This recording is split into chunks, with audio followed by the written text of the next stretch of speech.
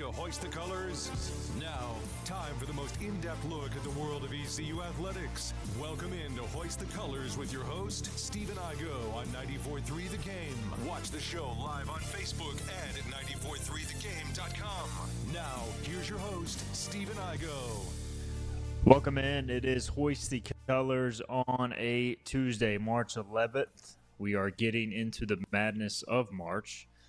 We talked with head men's basketball coach Mike Schwartz this morning before the team departed for Fort Worth for the conference tournament, the American Athletic Conference tournament, where the Pirates will be the number 6 seed. They'll get underway on Thursday night against UTSA. So we're going to do our official bracket picks later in the show. I've printed out a bracket. This will be a nice tune-up for next week, and looking forward to that. Philip Bilkinen producing today. He will have his bracket as well, so we'll be doing that later in the show. We'll also talk a lot of Pirate baseball. Shortly, we'll be joined by Mike Mullis to break down the week that was and the week ahead.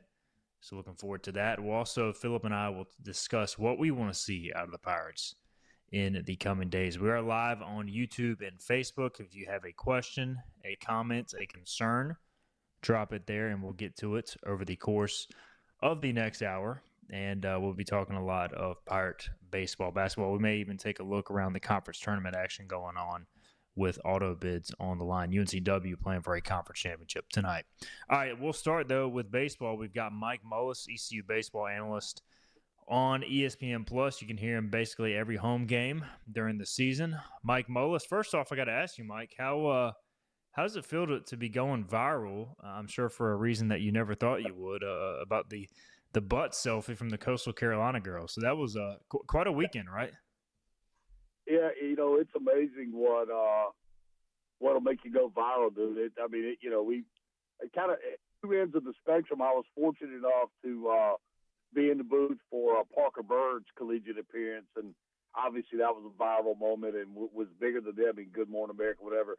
And then the next thing is a girl taking a picture of her rear end on the concourse. It's as opposite ends of the spectrum, I would think, as there could possibly be.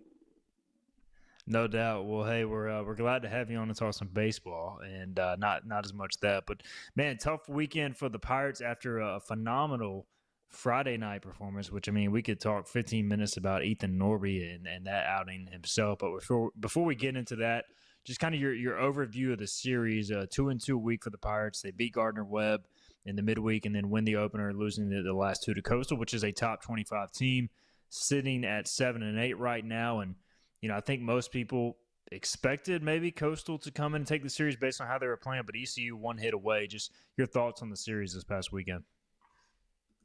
Yeah, man, I think and I will get back to, Norby, because that definitely merits some conversation. But as it relates to the entirety of the series and how it all turned out, I mean, it's a tale of basic ways to win and lose baseball games. And, you win games by getting hits or finding ways to score runs when you have opportunities, and you lose games by giving the other team tons of opportunities in the way of free passes, be it walks or hit by pitch, especially in that Sunday game. And the bullpen, it's not.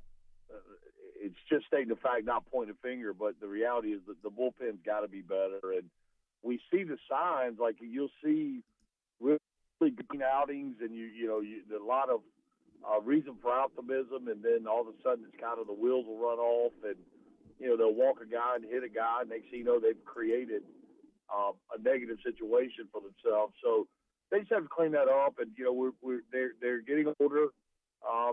They're gaining that experience. So hopefully you'll see some of those things kind of clean up as the season progresses. Mike Mullis with us, ECU baseball color analyst for the ESPN Plus broadcast. And Mully, when you look at the Friday game, we'll start there. I mean, Ethan Norby just, I don't know. I've never seen anything like it. I've watched a lot of baseball. You've watched more than I have. And 19 strikeouts, struck out the first 9, 18 batters faced, 16 strikeouts. Just how do you even put that performance into words? Well, I'll tell you this, man. I've seen a lot of different things in sport that are pretty impressive. Been part of no-hitters and been part of perfect games. But the two things that stand out in my mind, I was in a golf cart and my partner shot a 59. That was extremely impressive. And then Norby's effort on Friday night, in my eyes, was the second most impressive thing I've seen in sports. And the reason being, man, is the number of strikeouts were impressive, but the way about which he did it, I think it was 103 pitches, no walks, and then to even make it more impressive, having a conversation with one of the coaches from the Coastal staff after that game, and he says their analytics had him at I think it was 87% first pitch strikes, and that number became 87 after the 17th batter, because to that point he was 16 for 17 first pitch strikes, and 70% or better on all of his pitches for strikes. So I mean that means he's all but 30% of the time he's throwing a strike, and they were like, listen, and this was the head coach I was talking to. He goes, man, like I can't even be mad at my guys. He's like, man, he said I think Norby would have beat the Yankees tonight. It was just that impressive. Moreover, we didn't see him go into the 90s very often with his fastball. It was a lot of 88, 89, and I don't know that we saw Norby's top shelf somewhere around 93, and that's, you're going to see that a few times. I don't think we saw a 93. So, I mean, it was a truly a pitching performance, and he was just dominant. How much of this, Mully, is, as you mentioned, the strike throwing, which is look, I mean, you can have 95 to 97 in your back pocket as a pitcher, but if you can't throw strikes with multiple pitches, you're not going to have as much success. But obviously the strike throwing with his stuff, but also how he, hides the baseball, the arm angle, especially on lefties. And then two, the pace he works at, compared to the other pitchers that threw this weekend for ECU, like he is always on the rubber, ready to go. Compare that to a Sean Jenkins on Saturday who quite honestly may be taking too long. Like, how much does the pace, the strike zone, all that just play into what he wants to do on the mound? I mean, look, it certainly helps, and it's the ability to kind of keep the hitter up from ever getting comfortable in the box. I think another big part, the first part, and I'm kind of for kind of novice baseball fans, the first part of the mechanics, the rocker step. Norby's rocker step is so small that not only is he on the mound or on the rubber ready to go, that rocker step is so quick, man, it happens in the blink of an eye. And so he's into delivery by the time the hitter really gets a chance to figure out, what's going on. And I will tell you, I think at some point, I would think somebody is going to, there's going to be a complaint about quick pitching. And I know that as long as you're within the rules, you can be on one end or the other. But I know that, again, that's going to be a complaint and probably something that, we'll keep an eye on. I think he's within his rights, and obviously you saw the Coastal guys making a concerted effort to kind of control there when they were waiting to look at Norby when they were ready, and they were trying to slow him down. But it's not the volume of pitches only. It's when you acknowledge him, the ball is on you before you know it. And it makes that 88, if that's what he's got that night, it makes him play far, far quicker. And so, yeah, I think it's got a lot to do with it. And, again, he was getting a pitch that was about, at both sides, we're getting a pitch down and away from right-handed hitters that was probably bottom of the strike zone and maybe a ball off, kind of the old Maddox thought process. He was getting that pitch, but more impressively, he could dot that up whenever he needed it. Mike Mullis with us, ECU baseball analyst. And let's talk about Saturday's game a little bit, Mully. Sean Jenkins, look, I think me and you both saw him a lot in the offseason dating back to the fall. And I don't know, I think he's maybe a tick off. Coach Godwin has said mechanically he can get out of whack at times and just has not looked as comfortable. And he's 17. Some of this is to be expected. We've seen some good against Indiana State. We've seen some bad like this past week. So what have you seen out of Sean Jenkins? Because I feel like there's more swing and miss stuff there than we've seen in the regular season compared to what we saw in the offseason. We saw a lot of swing and miss. Now, maybe that was ECU hitters, but I feel like there's more there than maybe what we've seen thus far. I'm going to tell you, man, I totally agree with what you're saying. in the fall, it was nothing to see him go 96 a handful of times in an outing. It just seemed like it had more life in the fall than it has to this point in the season. Saturday, I made a comment to Patrick kind of as Jenkins is warming up. I'm like, man, it's not getting out of his hand. And it would still get up to 93, but there's a difference. It is probably something that you gain the ability to see, watching a lot of baseball. But it felt like it was a very laborious 93. He was mucking up trying to get it to 93, where we've seen him in the past just 96 just jumps out of his hand. So, I asked Coach Knight about it several weeks ago because I saw their last spring scrimmage and Sean was only like 91. And again, it was the breaking stuff wasn't super sharp and, all these things. And he said, yeah, we kind of feel like, his body's going through some adjustments. And, typically this time of the year, being this was before their opening weekend, Sean was just getting ready to pitch in high school. The season hadn't yet started. So they kind of felt like it was a little bit of a ramp up. I've not asked Coach Knight or Coach Galvin, anybody else about it since then, but it just doesn't look, it's not what we saw in the fall. And that all being said, he still has been competitive. This past weekend was his lesser of the outing, certainly, but you just wonder, is it just, like you said, the youth and the adjustments, or, is it a mechanical issue? Hopefully, maybe they can get him in a situation. I don't know if it's a rest deal, but get him in a situation where he gets comfortable again, and the fans can see what you and I got to see in the fall, which was really, really electric stuff. Visiting with Mike Mullis, ECU baseball analyst. A few more things for you, Mully. We'll get you out of here. And offensively, we saw some definitely some better at bats at times. And Pirates had 13 hits on Sunday against a very good starting pitcher and some solid relievers. But 1 for 16, 9 strikeouts with runners in scoring position. Obviously, is going to hurt. And I don't know if guys are pressing there or what, but certainly I ran some numbers last night on our podcast, Mully. ECU last year, as a team, struck out 13.8% of the time, which was one of the best rates in college baseball. This year, they're striking out 23% of the time, which is a pretty sizable jump. You have some inexperience there. Just what are you seeing with how teams are either pitching ECU, or is it just a matter of Pirates are just still learning at the plate right now with some of this youth? Man, probably a combination.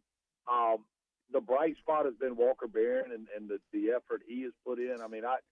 They have gotten so much out of that spot, between what he does defensively and then just quality at bat after quality at bat. And when he comes up in the ninth, I made the comment on the broadcast. I'm like, this is the guy that I would want up because I know I'm going to get a great at bat. And he hits a bullet over there that Thorndike is still paying for, chesting that one up. It left a pretty good bruise on him. But I don't know, as a team, some of it you definitely go, well, it's inexperienced, but then you've got quite honestly, man, and again, not to be super negative, but just what I see, Boucher has had his struggles, and you can't point the experience finger at that. He's been around, and you saw some adjustment out of him this weekend that you're like, okay, that's pretty good. He hit a couple balls up the middle, one for an out. He had a knock up the middle. It's just the swing and miss is too much, but that's who Boucher was last year at Coastal. He was a 251 hitter. He has some juice. He can run into some balls, but there's a lot of swing and miss there. And I think Coastal had a solid plan on Dixon. I do think Dixon got off some decent swings when he was given an opportunity when they missed spots. Obviously, Colby Wallace came around and had the best weekend we've seen him have this year. Interesting, I don't know that I've ever seen a guy go from the non-spot to the 3-spot, and then in the 3-spot with a runner on third base be caught on the bunt with a strike. But I guess you do what instinctively you feel like you have to do in that situation. But I don't know, man. I think they're still kind of struggling to find that identity. I'm curious as to when Riley Johnson will be back. I kind of hear mixed things, but I think that helps a lot.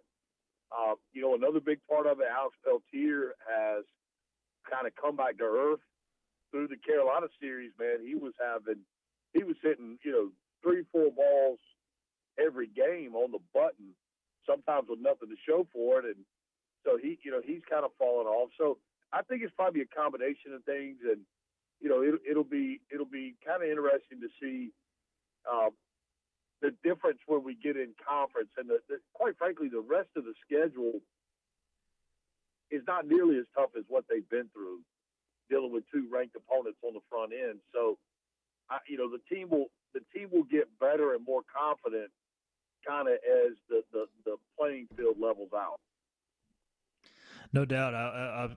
Philip and I are going to have that conversation later in the show. I'll go ahead and ask you, what do you want to see from this 5-game week? And now Cliff Godwin did say they have a lot of this team dealing with the flu or some type of sickness right now. They're having to take multiple vans up over separate days to try and keep the guys who are contagious apart from some of the teams. So that could be a factor. But you got 2 against VCU, 3 against William & Mary. William & Mary right now has a 10.6 ERA as a team through 15 games. VCU has struggled at times at 4-10, although against some decent competition. But what do you want to see from this ECU baseball team over the next 5 games?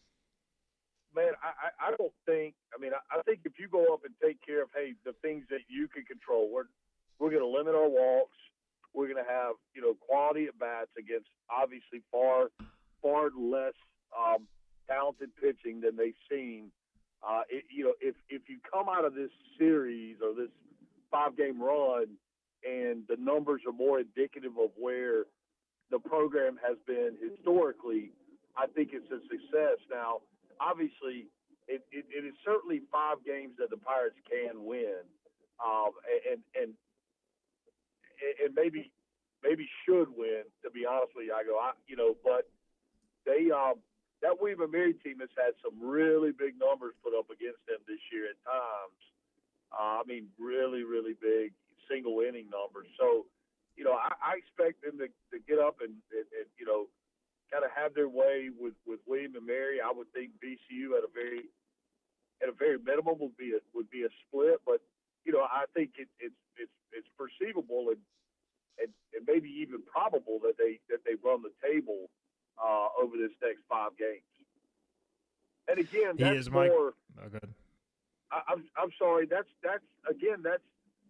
part of this team rounding into form, and that's also part of, like I said earlier, kind of the competition leveling out. No doubt. 2 games at VCU, 3 against William & Mary inside Clark LeClaire Stadium. Mike Mullis, we appreciate the insight. Always great to talk baseball with you, man. I'll see you at the stadium sometime this weekend.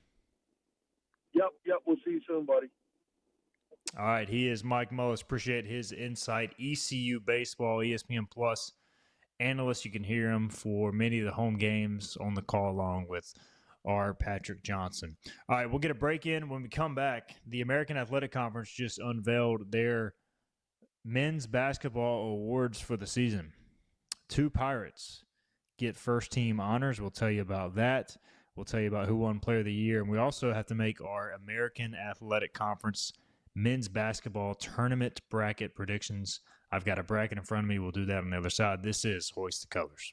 Acre Station Meat Farm, along with Lane Angus Beef, bring you Farm to Fork Beef. Stock your freezers now with affordable beef boxes, just in time for the grilling season. Farm to Fork Beef brings quality local beef to your family. From your traditional butcher shop, Acre Station Meat Farm. Come on down to Acre Station Meat Farm and find out why we're #1 in fresh cuts and friendly service. Acre Station Meat Farm, Highway 32 North, Pinetown. Living easy is the sound of children laughing as you make memories with neighbors and friends. It's the sound of nothing at all. It's the smell of the salt air. Hear the waters against the marsh grass. See the beauty of our coast. Bow Coast, located in Beaufort, North Carolina. Southern Living's best small town. Other restaurants claim their food is fresh and fast, but are they friendly? At Moore's, you're treated like family the minute you walk into their doors. With locations in Winterville, New Bern, Swansboro, Morehead City, and Jacksonville. We've been practicing what we preach since 1945. At Moore's, our barbecue is slow cooked and smoked over real wood daily until it's so tender it's falling off the bone. Combined with our fresh chicken, cooked to order seafood, and homemade fixins, we're sure you'll agree. If it's not Moore's, it's less.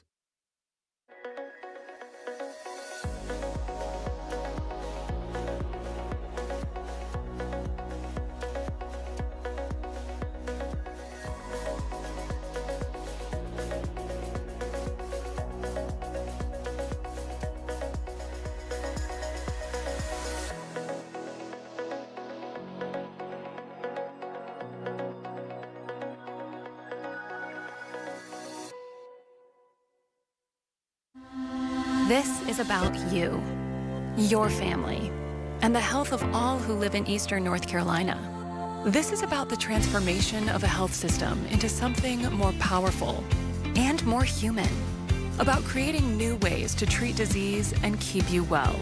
This is about ECU Health, which is to say, it's really all about you. ECU Health. Minds, hearts, purpose. Big tax credits are back. Get a 30% tax credit, up to $2,000 off your new Mitsubishi electric heat pump install. Let Comfort Master help you take advantage of the tax credits with a qualifying Mitsubishi electric ducted heat pump or non-ducted Mitsubishi electric mini splits. Mitsubishi electric mini splits are ideal for bonus rooms, garages, or sunrooms. If you need a new HVAC unit, call Comfort Master today. Call Comfort Master. Call Comfort Master. Everything you need to know in the world of ECU athletics. This is Hoist the Colors with Stephen Igo on 94.3 The Game. All right, welcome back in. Hoist the Colors on a Tuesday. Appreciate Mike Mullis, for joining us talking ECU baseball. We're going to transition. We'll talk some basketball now.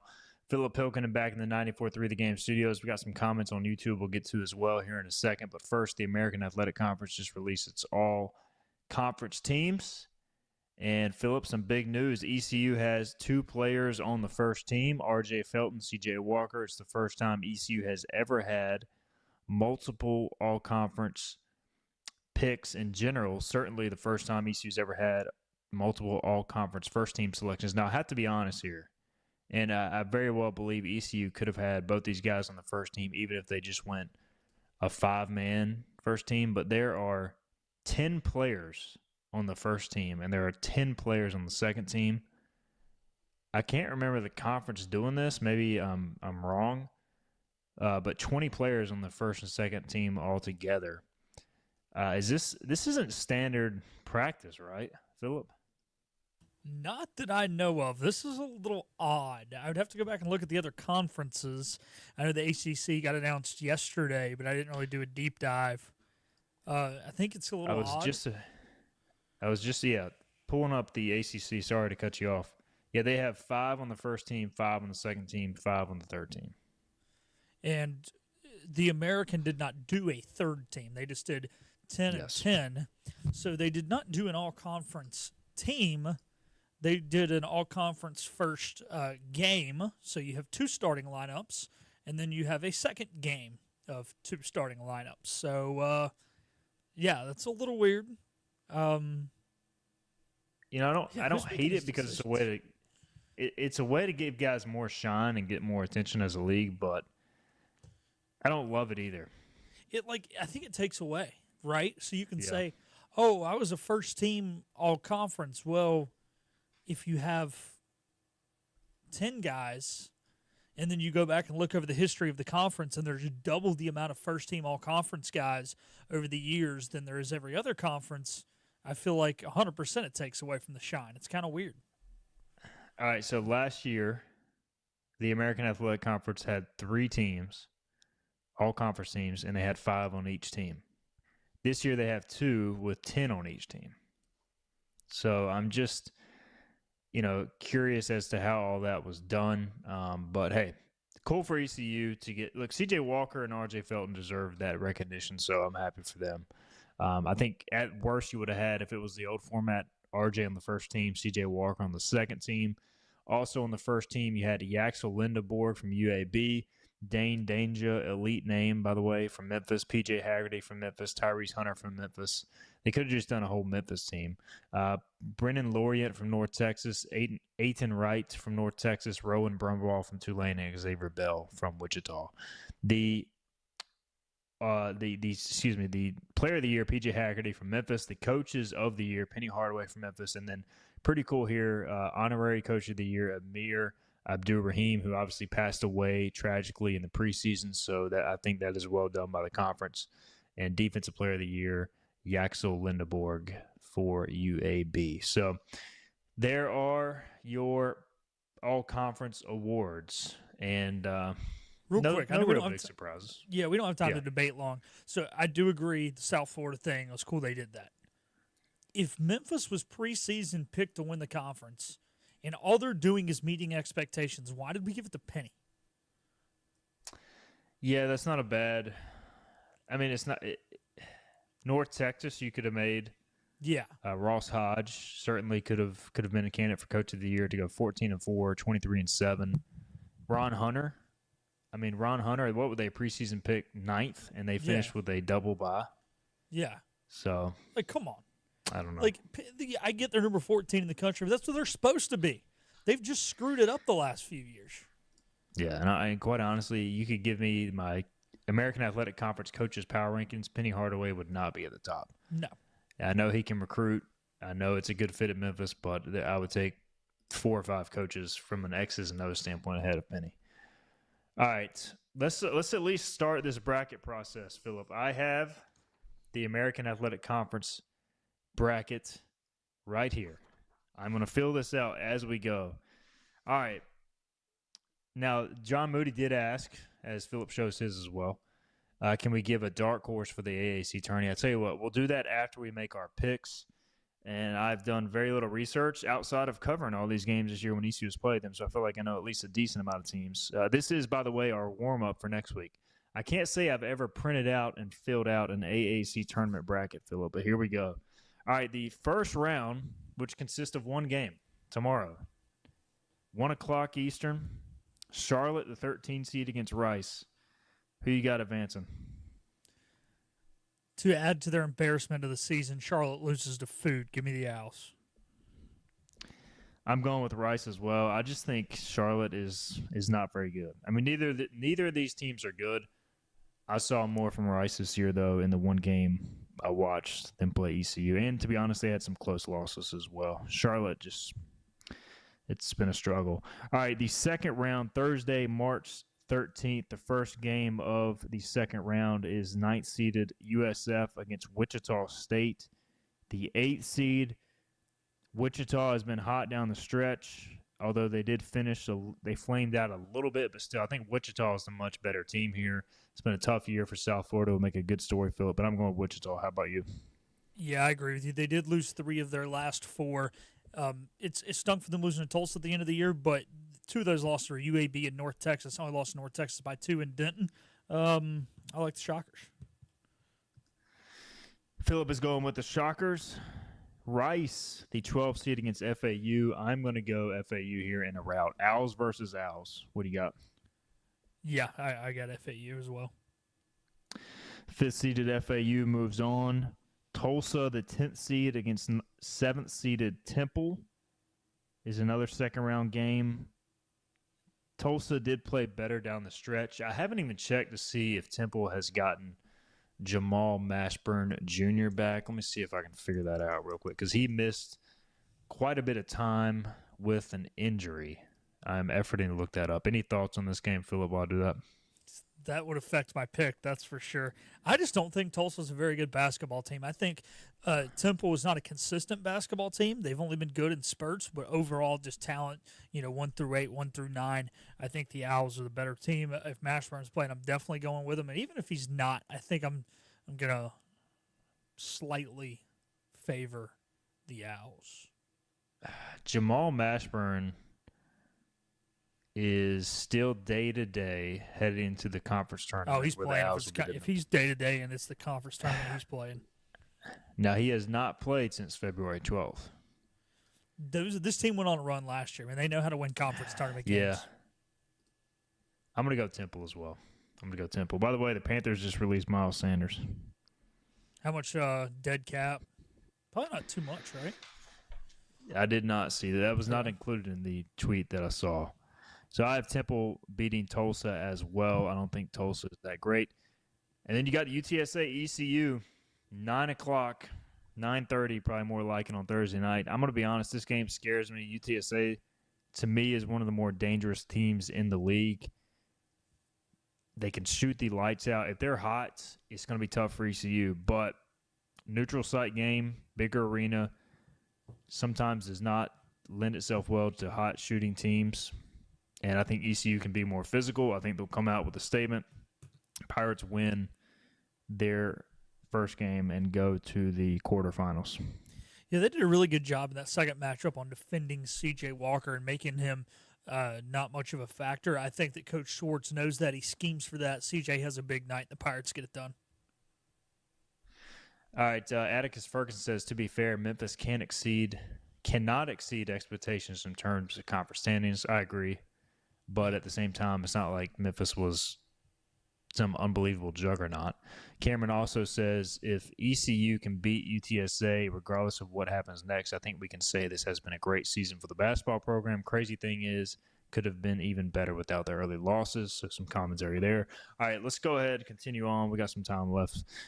We're into the quarterfinals, Wichita and Memphis for a bid to the semifinals. I'm going to Wichita here. I think Memphis is going to be bored in this tournament. They're going to make the NCAAs regardless. I'm going Wichita with the upset, and they beat him in the regular season. Yeah, that's the thing. They only beat him a couple weeks ago. I don't know if Penny makes that same mistake twice, so I'm going to go Tigers. He's the coach of the year, so of course not. Yeah, that's what coach of the years do, man. They don't fool me once, shame on you, but they don't get fooled again. FAU Tulane is the 5-4 game. I think Tulane took care of FAU during the regular season. I think FAU unlocked something here in their last game. I'm going to FAU. So both teams with a bye lose on that side of the bracket, in my opinion. Ooh, this is tough. I think it's the one I'm actually going to struggle with the most. Should be a good game if it happens. Yeah, you know what? Tulane has exceeded expectations all year. I'm going to take them to continue to do that. I'm going to go Green Wave. All right, so we have a completely different semifinal on that side of the bracket. We'll make that pick in a second. Temple against North Texas, we both have. In the quarterfinals, I think North Texas, I know that they just lost to Temple. I wonder how much they held back in that game. 2C was already wrapped up. It was in Philly. I think North Texas gets their revenge, and they advance to the semifinals. I'm with you, whether Mashburn plays or not. If he doesn't, obviously I don't know if they're going to be here. But if he does, still back-to-back games and back-to-back days can be a little rough on him. North Texas is probably the best coached team in this conference. Going to the Green Wave, or the Mean Green. East Carolina, UAB. The Pirates handled UAB at home in their only matchup of the season. I think UAB gets it done on a neutral court. The Pirates, for the third year in a row, win a game in the conference tournament, but then lose in the next round. Give me the Blazers. I'm with you here on this one. They're going to be a tough team to beat twice in 1 year, so give me UAB. UAB, the reigning conference tournament champions. All right, on my side of the bracket, I have Wichita against Florida Atlantic. I'm going FAU. I think FAU is a talented team. I think they're going to play to it in this tournament, and I'm going to go to the Owls. You've got Memphis versus Tulane, correct? I do, and this is where the Tigers get bored. I'm going to go with the Green Wave to keep on rolling here, so give me Tulane. All right, Tulane to the conference championship. On the other side, North Texas, UAB, two of the best teams in the league outside of Memphis. I'm going North Texas to upset the Blazers. My championship game, North Texas versus FAU. There's going to be a lot of green in the stadium come next Sunday or this Sunday because it's going to be the Mean Green against the Green Wave, baby. Give me North Texas. All right, I've got FAU, North Texas. I'm going Mean Green to the NCAA tournament. They get it done. They've been a good program for a number of years now. I think they get it done this year, cut down the nets, take home the auto bid, and go to the tournament. Tulane has improved tremendously on the defensive side of the ball from a year ago. They're a very well-rounded team. You're going to have to play offense, though, to beat this North Texas team, and I think they've got just enough offensive firepower to squeak by a North Texas team who's very good defensively and just okay offensively. So I'm going to go with Tulane. All right, Philip has the Tulane Green Wave cutting down the nets. North Texas is my pick to win the American Athletic Conference Championship. Let us know how terrible our picks are, and we will address that on the other side. Well, we got to do our John wants us to do our dark horse team. Dark horse. Yeah. Let's do it on the other side. How about that? And then we'll do a quick baseball talk, and then we'll break. Because he's got another comment as well. All right, we will get a break in. Also have a question about the world's largest coffee mug. We'll talk about that. This is Hoist the Colors. Hi, I'm D.R. Alligood. And I'm his daughter, Jessica. For 11 years, we have built quality driveways and parking lots for both your residential and commercial needs. We also offer free on-site quotes to have your custom driveways built the way you want. 252-946-1227. Looking for a great deal on a new Nissan? At Greenville Nissan, we've got a great selection of new Nissans for under $30,000. The stylish Nissan Sentra, offering top-notch fuel economy. The Nissan Altima, known for its comfort and technology. The Nissan Kicks, the perfect combination with its compact design and performance. The Nissan Versa, delivering incredible value without compromising on features. And don't forget the Nissan Rogue, an award winner for 10 years in a row. Drive it home just for $22 down and $349 a month. Visit GreenvilleNissan.com today. Greenville Nissan, where we drive to serve. You know what the problem is with standard belts? Usually you have to choose between too tight or the opposite, too loose. But with Anson Belt and Buckle, you don't have to choose. We got rid of the holes and instead have a track system designed for micro adjustability. That way you can enjoy a perfect fit every time. Anson Belt and Buckle. Find your perfect fit today.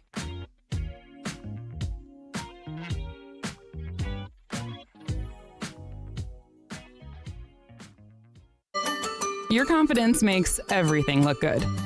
You see the world in vivid color, not black and white. Swing through your neighborhood Fantastic Sam's cut in color. And let our experienced stylists take you from everyday to extraordinary. Fantastic Sam's hair salons are locally owned and operated. Our full-service salons are conveniently located in Goldsboro, Kinston, Greenville, New Bern, Jacksonville, and Calabash. Stop in today at Fantastic Sam's, where the possibilities are endless. Other restaurants claim their food is fresh and fast, but are they friendly? At Moore's, you're treated like family the minute you walk into their doors. With locations in Winterville, New Bern, Swansboro, Morehead City, and Jacksonville. We've been practicing what we preach since 1945. At Moore's, our barbecue is slow cooked and smoked over real wood daily until it's so tender it's falling off the bone. Combined with our fresh chicken, cooked to order seafood, and homemade fixins, we're sure you'll agree. If it's not Moore's, it's less. Hi, I'm D.R. Alligood. And I'm his daughter, Jessica. For 11 years, we have built quality driveways and parking lots for both your residential and commercial needs.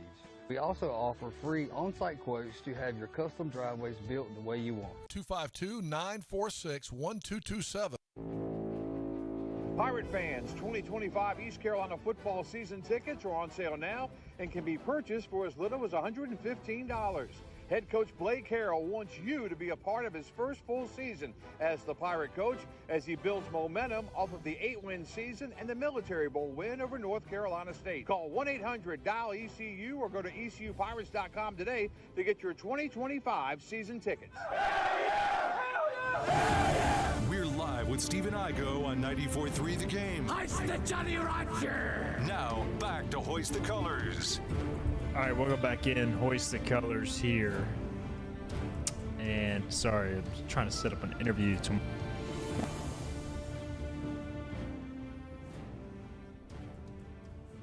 Well, it looks like we've Coach lost Winkler on the show tomorrow.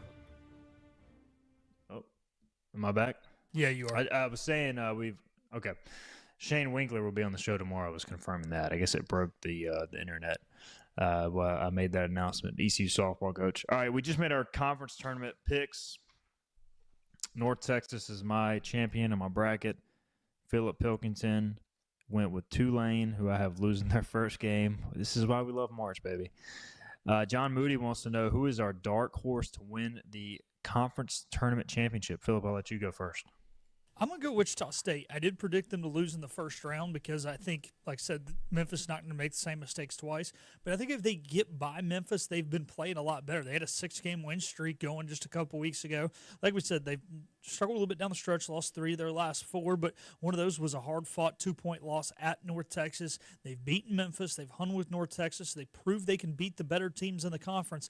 They seem to play to their competition, so you got to beat good teams in order to win the conference tournament. Obviously, with them starting, in that 8-9 game, you're not playing maybe the toughest team the first game, but I still think that they could, if they get past Memphis, watch them. Good pick. I like Wichita. Also like UTSA, who ECU is playing. I think, honestly, the winner of the ECU-UTSA game has a legit shot.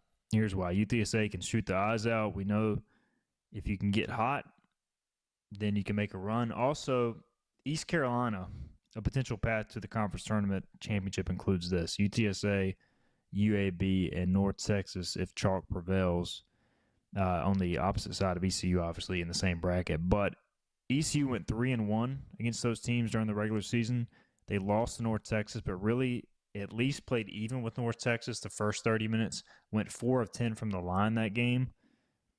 So ECU could win all 3 of those games. And ECU is one of 3 teams with multiple first-team all-conference players. The other 2 are Memphis and North Texas. You've got 2 of the best players in the league. Now they're going to have to play like it because we know the depth isn't great. ECU may be a bit of a homer pick. They are my dark horse to win the American Athletic Conference Tournament champion. For the first time in a long time, Philip, ECU, I firmly believe, can win it. I'm not saying they will, but they can win it. Yeah, that feels good to say. I think the last time we said that was probably back in the CUSA days, so if not before then. So this is exciting. It's going to be some late nights, but hey, man, nothing more exciting than college basketball drama at way past bedtime. All right, we also had some questions about my coffee mug. This coffee mug is gigantic. Look, and it's not big enough, to be quite honest.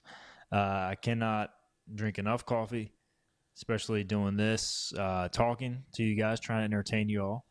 A lot of late nights, working sports, 2 young kids. There's not enough coffee in the world. Plus, I'm still on the old daylight non-saving time, whatever we were on, Philip. Standard. I don't know, standard time. Are you a coffee guy? Only when I have to work remotes and be up really early. So I'm not, but also you got to think because I work till 6, I don't usually show up most days till 9:30. So I sleep till 8:30 every morning. So it's not hard to not need coffee when you sleep from midnight to 8:30 every day. Yeah, that is one of the things that I've tried to get better about going to sleep earlier, but I'm just getting up at 7:30. My wife does let me sleep in a lot of the time. Usually she'll get the kids up, but they're still dragging me out of bed. I can't sleep with the kids, so my son Slater will come wake me up. Bobby says the size of that mug was interrupting the Wi-Fi. Probably so, but we got it figured out. And so, yeah, a lot of comments on the coffee mug. Also, John Moody says he's throwing $10 at ECU to win it at plus 5,000. He says he spent $10 on worse. Yeah, ECU has the 8th best odds to win the championship. Memphis at plus 110, according to Vegas Insider. North Texas at plus 200 are the top 2. Then it drops to UAB plus 700, FAU plus 1,200, Tulane plus 2,000, Wichita State plus 3,000, Temple above ECU at plus 4,000, followed by the Pirates at 5,000, UTSA at plus 8,000, then a huge drop-off to South Florida, Rice, Tulsa, and Charlotte dead last at plus 50,000. You going to throw some money on that plus 50K, Philip? No, I'm not. I do know some people that actually got ECU at at plus 5,500, not just plus 5,000. So part of the reason the odds have even gone down is because people are throwing money at them. So if Memphis is only plus 110, that means the field is probably minus 130, minus 140. Is there a way I can I wonder if there's anywhere I can just throw some money on the field, because I like the field. I think the field, yeah. I mean, it depends on what the odds are, but I would definitely take the field. It just feels like Memphis is not going to win this year. And honestly, if you're the conference, Not to go conspiracy theory. Yeah, you're telling the refs here to call it against Memphis. Let's just be real. And if a team steals a bid, one less chance for the Tar Heels to get in. That is also true. Pirates get in, Tar Heels at home would be pretty sweet. All right, we got a few minutes left. We got to get a break in. Let's quickly talk about, Philip, just baseball conference, the midweek series starts tonight at VCU. On the road, it'll be a double dip, 6 o'clock tonight, and then the day game tomorrow. Team is still dealing with the flu, so that's a concern. I don't know who is out or who may not be 100%, but this 5-game week, Philip, what are we hoping to see from the Pirates? I mean, it seems like a get-right week, but at the same time, it's kind of hard to get right when half your team is sick, so it could be a little bit of a challenge. We don't know what the pitching situation is going to be either. I think we're looking for 2 or 3 bats to really step up, guys, and not, hey, I'm playing because, 14 guys ahead of me on the depth chart have the flu. But no, whether it be an Alex Boucher or whether it be one of the outfielders who is seeing decent time, and part of the reason we don't have a solidified outfield is due to the inconsistency at the plate. I need to see 2 or 3 guys, not Dixon Williams, not Walker Barron, not Michael Irby, to go out there and really prove that they can be an everyday reliable hitter in the lineup, prove that they can be a 300 hitter. And so I need 2 or 3 guys to have go almost 500 this week against bad competition. And I want the pitchers to throw strikes. I mean, it's one of those things where it's much easier said than done. They're not out there trying to walk people. But this midweek series in particular, I mean, it's going to be a battle of attrition. The pitchers on both sides are going to be not your top arms on either staff. And so in many of those cases, you're going to have a lot of runs scored. Well, how do you limit the big innings? You limit the free passes. More strikes, less walks, and please, Philip, hit by pitches. It is one of those things. Not every pitcher that enters the game has to hit the opposing team at least once, because that's what it feels like sometimes. I know the Pirates like to pitch inside, and you got to command both sides of the plate, but man, nothing is more frustrating than just plunking a batter on like a 73-mile-per-hour breaking ball that doesn't break. So got to limit the free passes because ECU should be able to score some runs. And it's one of those things, we'll see how it unfolds. With who I don't even know who's pitching today. I would assume maybe Bradley Zayac gets to start, but as we got the game notes yesterday, no starters have been announced for either side. But there's going to be some very limited availability in terms of arms on both sides. So throw strikes, Philip. Can we do it? I don't know, but if we keep hitting batters and we have a long summer break, maybe we can start getting loose for the ADAA dodgeball tournament in Las Vegas and see if we can take down Average Joe's and win $50,000, because we do like to hit people. What a great people. movie. Should they make a dodgeball movie sequel? I've heard that they're looking I would into be it. okay with it. The problem is now White Goodman's fat again, remember? At the end, That he's is like true. laying in there and he goes, explicit Chuck Norris, that I can't say on the radio, and he's sitting there with like a turkey leg or a chicken leg, and he's all fat and starts grabbing his man things. It says Dodgeball 2 was officially confirmed to be in the works as of April 2023. It is set to reprise all the original character roles after 20 years. Let's go. They can take on the ECU Pirates bullpen in the semifinals. We won't dodge well, maybe, but we can sure hit people well. Can't wait for that. All right, let's get our final break in. We'll come back. We got a few more questions to address in the chat. We'll also look at conference tournament action. UNCW going for the championship tonight. ACC tournament gets underway. We'll talk about some of that to wrap up the show. It's time to bring on the savings at Greenville Toyota with huge discounts on over 125 new Toyotas, like a Camry $269 a month or RAV4 $339 a month. Now bring yourself to Greenville Toyota and save. The team of Flatlands Jessup is working overtime to help ensure that Eastern North Carolinians like you get the health insurance help you need this open enrollment period. New legislation passed, meaning more people than ever qualify for affordable coverage. Let us help you today. The best burgers around. Everyone loves a thick, juicy, and fresh burger. Tiebreakers does real burgers better than anybody. And don't forget about the cheese sticks, fresh salads, and more. So don't just go to any burger-themed restaurant chain. It's time to break the chain and eat local. Tiebreakers, burgers and sports at its best. Everybody loves Tiebreakers.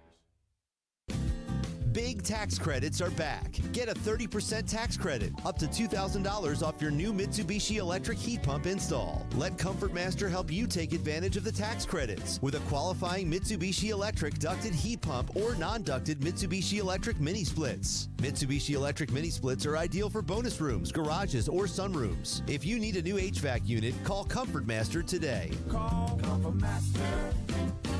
Call Comfort Master. Tired of the 1-800 numbers advertising Medicare products? Flatlands Jessup has 6 offices all throughout eastern North Carolina. You get face-to-face help from our local award-winning licensed team. Stop by today. Flatlands Jessup, your whole world covered. Your roof is a vital part of protecting your home and family from dangerous storms and hurricanes. At Assist Roofing, we install and maintain metal roofing that provides precise protection. Add value to your home while lowering utility costs with a fortified roof to last a lifetime. With 0% financing, grants, and Energy Star Green Roofing tax credit available. Call us to schedule a free consultation so you can weather any storm with confidence. You know what the problem is with standard belts? Usually you have to choose between too tight or the opposite, too loose. But with Anson Belt and Buckle, you don't have to choose.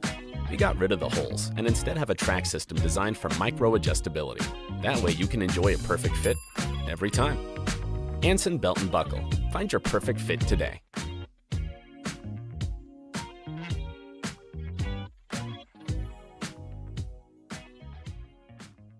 Get ready, because it's time to bring on the savings at Greenville Toyota. Get huge discounts on over 125 new Toyotas, like a Corolla, $239 a month, or Tacoma, $349 a month. Bring on the savings today at Greenville Toyota. Climb aboard as we set sail and hoist the colors. Arr, matey! Back to the show with Steve and I go on 94.3 The Game. Welcome back in. Final segment here, Hoist the Colors on a Tuesday, March 11th. We talked baseball. We've talked ECU basketball. We have a question here from Kaysen Ramales talking about baseball. Philip Hogan with us back in the 94.3 The Game studios producing today. Kaysen wants to know odds on a Riley Johnson red shirt. Riley Johnson has already taken a medical red shirt. He could take another medical red shirt if for some reason he was out the entire season and he wanted to keep playing. But I think this is, I don't know if it's year 5 or 6 off the top of my head. I guess it's a possibility, Kaysen, but I think he's doing everything to try and get back. So I'm not expecting that this time, Philip. And I think this team, he wants to play now. They need him now. Maybe if it continues to linger, they look at it, but I don't know. I don't think that's in the cards for now, Philip. Yeah, I don't think so, but it's interesting he brings that up because I was thinking about it last night. We talked to Cliff yesterday, and we forgot to ask him what the results were of Riley's MRI that they were supposed to get back early last week. So not really sure what's going on with Riley's hip. I don't know if you know anything or know anything to disclose. Or Yeah, he told Chance Scott after the Fayetteville game that it came back as tendonitis, and that it was at least going to be 2 more weeks at that point. So I would say best case scenario, Memphis series, but it still sounds very touch and go. The issue is running, and that's so much of his game is running. So you don't want to bring him back and keep having issues with that. Yeah, So, and it's got to be hindering him, right? Because if it was a pain tolerance issue, he would definitely be out there. he'd be playing. Because there's no way it can have him in more pain than he was a year ago. So we know he can take it. So, Case, but I'm kind of like you. Like if it's dug so much into a hole that you got to win the conference tournament anyways, you're going to end up being like a 3 or a 4 seed. And he's not going to be back till, say it's like May. I would be for it, but also, Riley might want to move on with his life and be done with college baseball too. Like, another year of baseball means another year sitting in class. It's not like you can just play baseball and not go to class, even though they are pro athletes. Yeah, it would be a Riley decision at that point for sure. And hopefully it doesn't come to that, but we'll continue to keep you updated. Johnny Robertson says VCU is starting senior lefty Max Moore, 9.00 ERA in 5 innings. Thanks, Johnny Stats. Kaysen says, don't forget to mention that former Pirate Val Pinedo is playing for a Northeast Conference Championship tonight. He's a winner, averaging 10-6. So Val Pinedo going for a conference title tonight. PA. Who are they even playing tonight? I don't even know. They are the underdog as they are playing Central Connecticut, which is 14-2 in the conference. Ooh, it's been a good year to be a Blue Devil. That's for sure. And also, congrats to Bobby Pettiford and High Point for winning their conference tournament championship. He's going to the tournament. Also, you've got the Big 12 tournament underway. I guess Cincinnati not having too good of a year under Wes Moore. They're up 13-7 right now, 9 minutes in. ACC tournament getting away. UNCW tonight. They are the favorite against 12th-seeded Delaware. Do you think the Seahawks get it done? I do. It's been a heck of a run for the Blue Hens coming up as the 12 seed, but we know the only good thing that Delaware's ever given us is Broncos legend Joe Flacco, and they will not be giving us a conference championship tonight. You also have Youngstown State and Robert Morris in the Horizon League championship final, McNeese State in the semifinal against Northwestern State. A lot of semifinals going on as well. So it's that time of year, baby. It's March Madness, and soon enough, starting tomorrow, technically, the American Athletic Conference Tournament will begin. Who will be watching? Charlotte and Rice. Not me. Nope. But I am excited for the second round starting Thursday, including ECU.